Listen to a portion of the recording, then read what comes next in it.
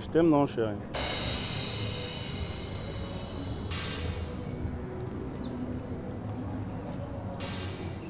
Tu viens chercher quoi au commissariat? C'est quel accueil comme ça? J'étais chez toi, tes voisins m'ont dit que tu es sorti. Quand j'ai imaginé que tu es venu voir le père de ton enfant et je t'ai suivi. Ah, je vois. Mon chéri m'invite au restaurant. Tu viens avec nous? Ah non, non, non, je veux pas être un trouble de fête pour vous. Je pense que c'est un moment spécial. Mais non! Ta présence ne nous gêne pas du tout. N'est-ce pas, mon chéri? Bon, ben, si elle ne doit pas venir, on ne doit pas lui forcer la main, non? Et faisons vite parce que là, ma pause finit bientôt. Ok. Bon, Fifi, Oui. on s'appelle, n'est-ce pas? Ah, d'accord. Ouais.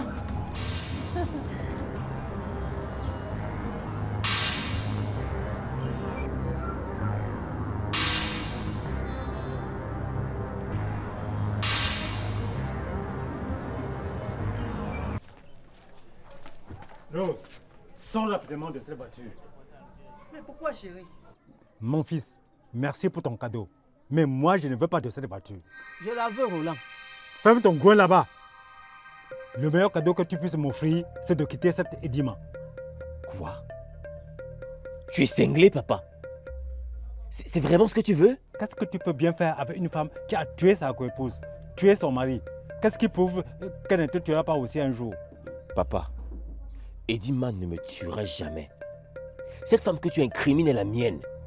Elle m'aime et moi je l'aime comme tu ne peux l'imaginer. Ok, c'est vrai que tu es majeur et responsable de ta vie. Je t'ordonne de démarrer cette voiture et de dégager de ma cour. Elle ne revient plus ici me singer.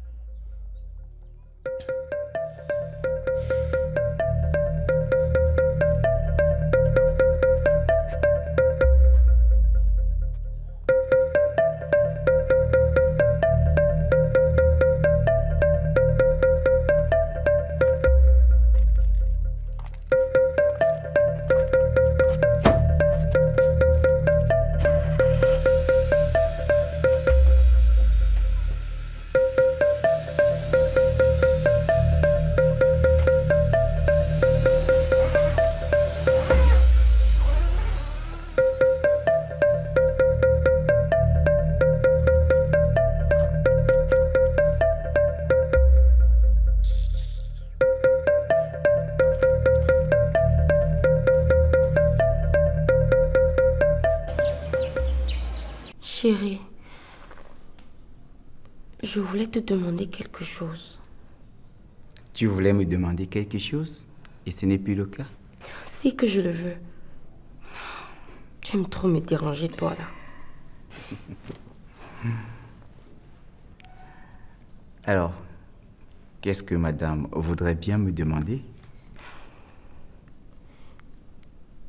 Tu sais que j'ai commencé une formation en médecine, non? Et avec Roland, on envisageait une formation complémentaire.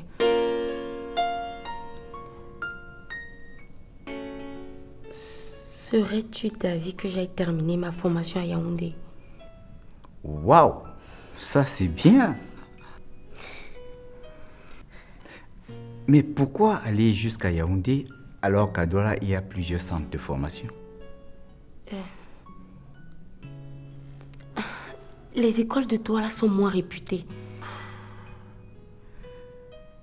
Non. Tu viens à peine de te marier et tu veux déjà abandonner ton foyer. Je ne pourrais pas laisser ma femme vivre loin de moi pour un mois. Attends. Tu voudrais que ta femme soit une simple ménagère? Bien sûr que non. Ça me plairait que ma femme soit un grand médecin. Ça veut dire que tu acceptes ma proposition? Oui. Mais pourvu que tu trouves le centre de formation ici à Douala. Ailleurs, non.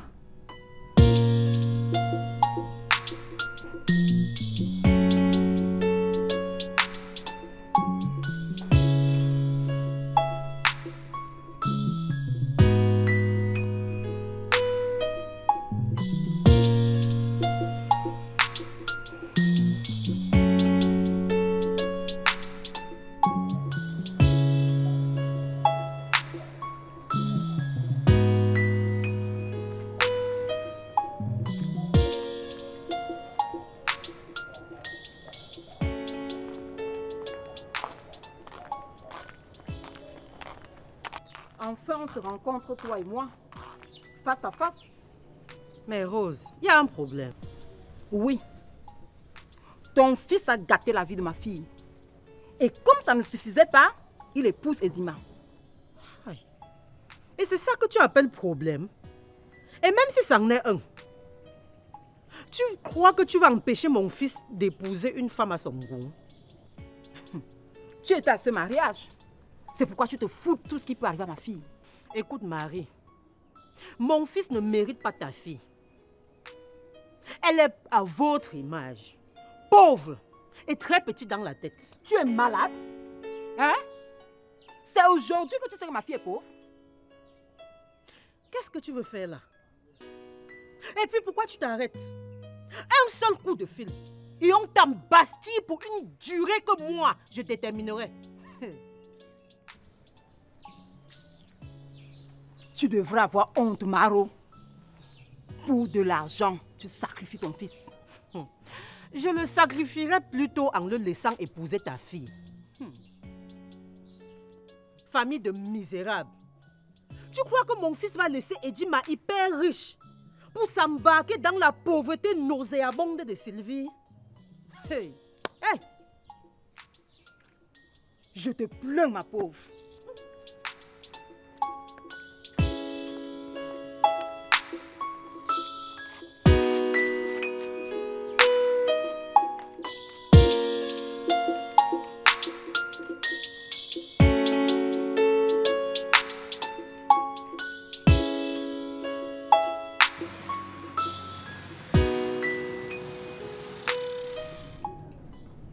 Asseyez-vous.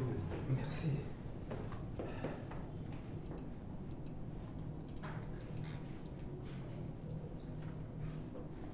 Oui, monsieur Kamdem, qu'est-ce qui vous ramène dans mon bureau? Mon commissaire, venez interpeller Edima. Je sais où elle se cache. Edima. Encore Edima.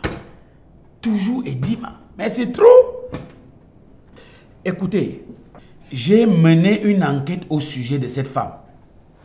Et j'ai été agréablement surpris que votre fils Roland a épousé officiellement cette femme. Ce qui nous empêche de l'arrêter. Nous n'avons aucune raison d'arrêter une femme qui a épousé un homme majeur. Nous n'avons aucune raison. À moins que vous nous en donnez une. Mon commissaire, cette femme a charmé mon fils. Elle va le tuer. Je vous en prie, ne laissez pas cette femme s'emparer de la liberté et la vie de mon enfant. C'est mon unique fils, mon successeur. Est-ce que vous avez les preuves de cette allégation? Cette femme a tué son propre mari. Moi, je n'ai aucune garantie qu'elle ne tuera pas mon petit Roland. Vous ne trouvez pas ridicule votre raisonnement? Votre fils Roland a librement choisi d'épouser Edima, sachant qu'elle a tué son précédent mari. Et vous nous demandez de l'arrêter, pourquoi? Ils sont majeurs. Donc, la loi ne nous permet pas d'aller séparer un couple de majeurs, M. Kamel. Mon commissaire, il n'y a pas moyen de faire quelque chose pour moi? S'il y a un moyen, certainement ça viendra de vous. Quant à nous, on n'a aucune raison. La loi ne nous permet pas de désunir un couple de majeurs, M. Kamdem.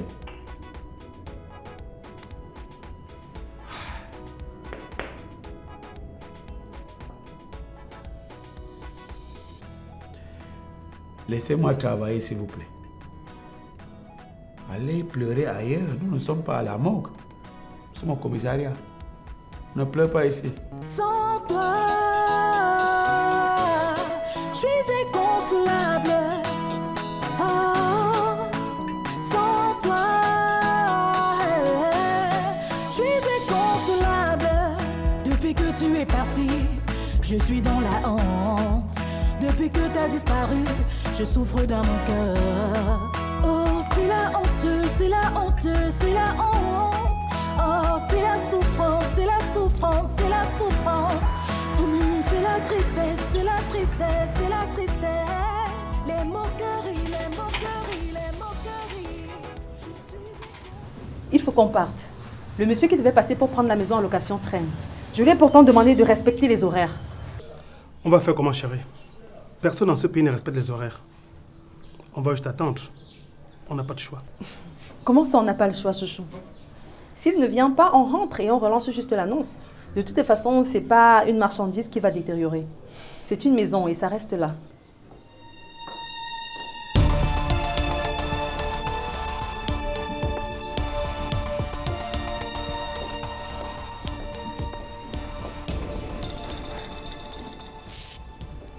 Petite vermine, qui t'a autorisé à mettre tes sales pattes dans ma maison? Ta maison? Tu perds la raison, chère dame. Tu deviens hystérique parce que tu fonces droit dans le mur.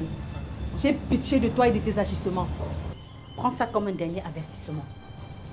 Si tu continues à courir après les biens de ton père, je te tue. Oh, vilaine sorcière. Si tu veux t'en prendre à ma femme, rassure-toi, tu m'auras sur ton chemin. Partisan du moindre effort. Calme-toi, chérie.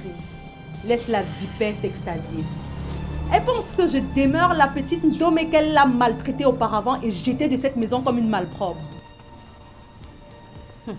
Tu sais bien qu'ici c'est la maison de mon père et une décision de la justice me l'a donnée. Même comme une décision de la justice t'octroie cette maison, je t'interdis d'y mettre pied. Sinon, je vais t'abattre. Tu ne me fais pas peur, vieille sorcière. La petite Domé qui avait peur autrefois, rien que quand tu parlais, a grandi et mûri aujourd'hui. Je me battrai pour les biens de mon père jusqu'à la dernière goutte de mon sang. Je n'ai plus peur de mourir. Et si quelqu'un doit me tuer, ce n'est certainement pas toi, Edima. Parce que tu n'es rien. Rien du tout. Waouh! Tu as vraiment grandi. Mais, que vaut la grandeur du cafard devant la poule? Je t'attends. Tu viens là d'ouvrir la porte du ring. Et j'espère que tu seras à la hauteur du combat.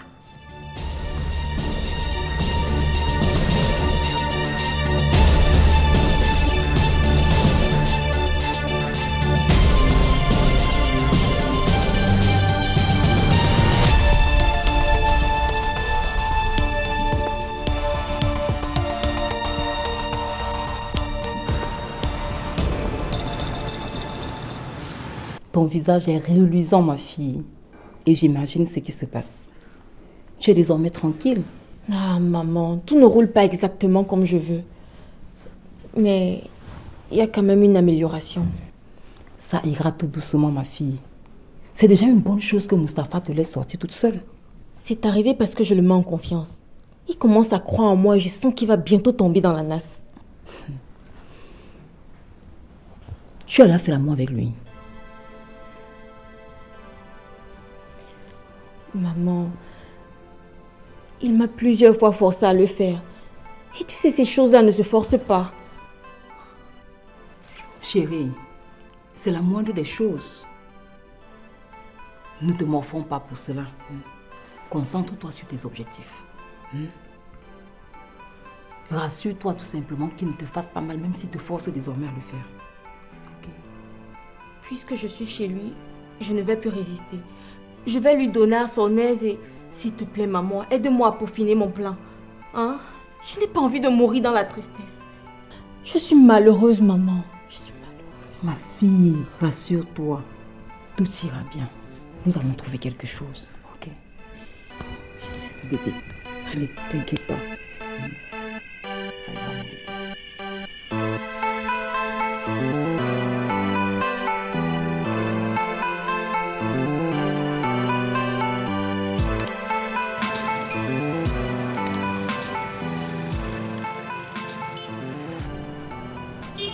Ma belle chérie, je suis allé loin l'autre jour Et tout ceci a une explication, Orgel. C'est que tu me rends dingue, tu comprends? Tu es ma marque déposée, propriété privée à jamais.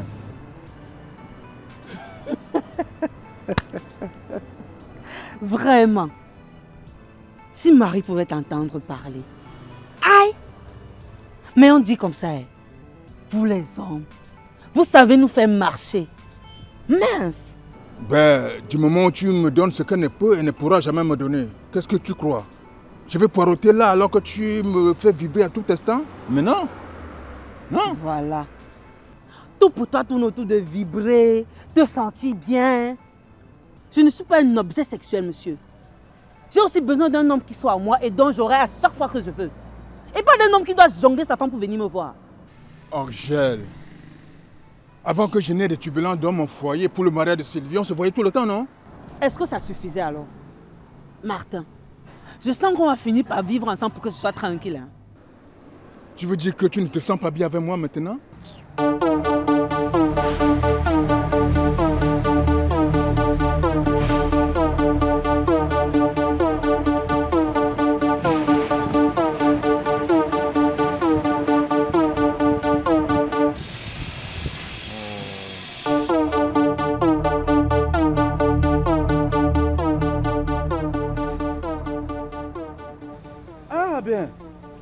C'est ça?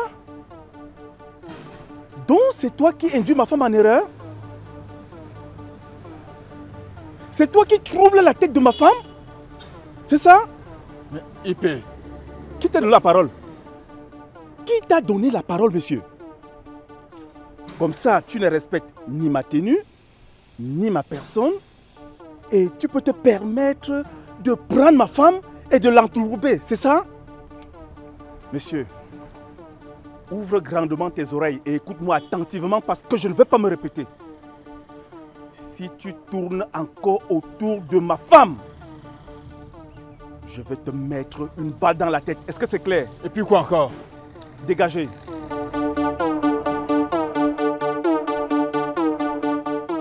Dégagez rapidement. Dégagez rapidement, monsieur.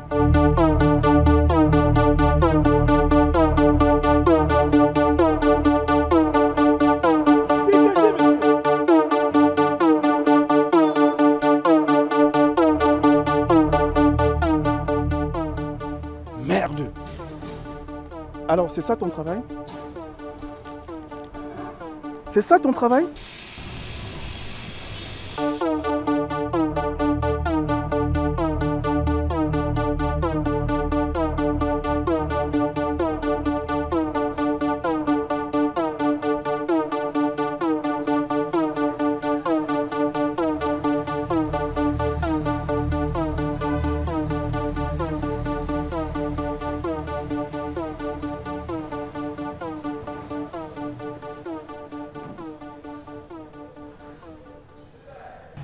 Qu'est-ce qui se passe, chérie? Il y a un problème? Cette fille d'un homme va nous nuire énormément si on ne la stoppe pas. Elle risque de nous plonger dans la misère. Et que veux-tu qu'on fasse pour la stopper? Tu le sais déjà. Je veux qu'on la tue. Mon amour, tu sais très bien que les biens de ton défunt mari sont en mon nom. Elle ne peut rien. Chou, on ne sait jamais. Peu à peu, cette fille devient maligne, intelligente et courageuse. Il n'y a pas de courage devant la loi. Les biens de son père sont en mon nom, donc elle n'y peut rien. Mon amour, il va bien falloir qu'on la désillusionne. Bon, à défaut de l'éliminer, faisons disparaître son ami Jacques. Comme ça, elle va s'anéantir. Parce que je suis sûre que c'est lui qui l'aide et l'encourage à récupérer tous ses biens. Et comment peux-tu être si sûre que c'est son ami Jacques qui l'aide? Je les ai vus l'autre jour dans la maison familiale. Il a osé me menacer quand j'ai essayé de mettre cette petite vipère à sa place.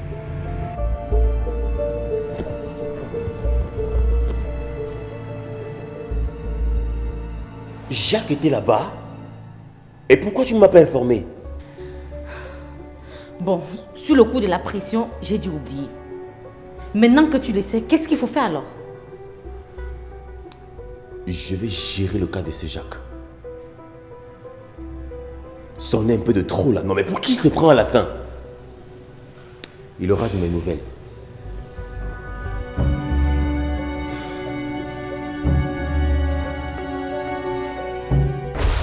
Prochainement dans Otage d'amour. Voilà une femme qui te tourne et comme un mouton de panurge, tu es derrière elle comme le gros idiot que tu es. Ferme ta bouche avant que je ne m'énerve.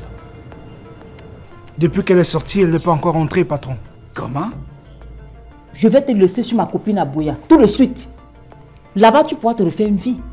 Oh là, madame! Qui t'a dit que tu vas prendre une décision comme ça dans ma maison sans que moi je t'y autorise? Je t'interdis de m'insulter comme ça, hein. Sinon? Mais madame, qu'est-ce qui se passe? Ça me dérange vraiment de ne pas avoir d'enfant. Oh mon chéri, tu me fends le cœur en disant ça. Voici 3 ans que je vis avec votre Mustapha sans enfant. Et le bon monsieur refuse toujours d'aller à l'hôpital. Et quand je veux moi-même y aller, il s'y oppose.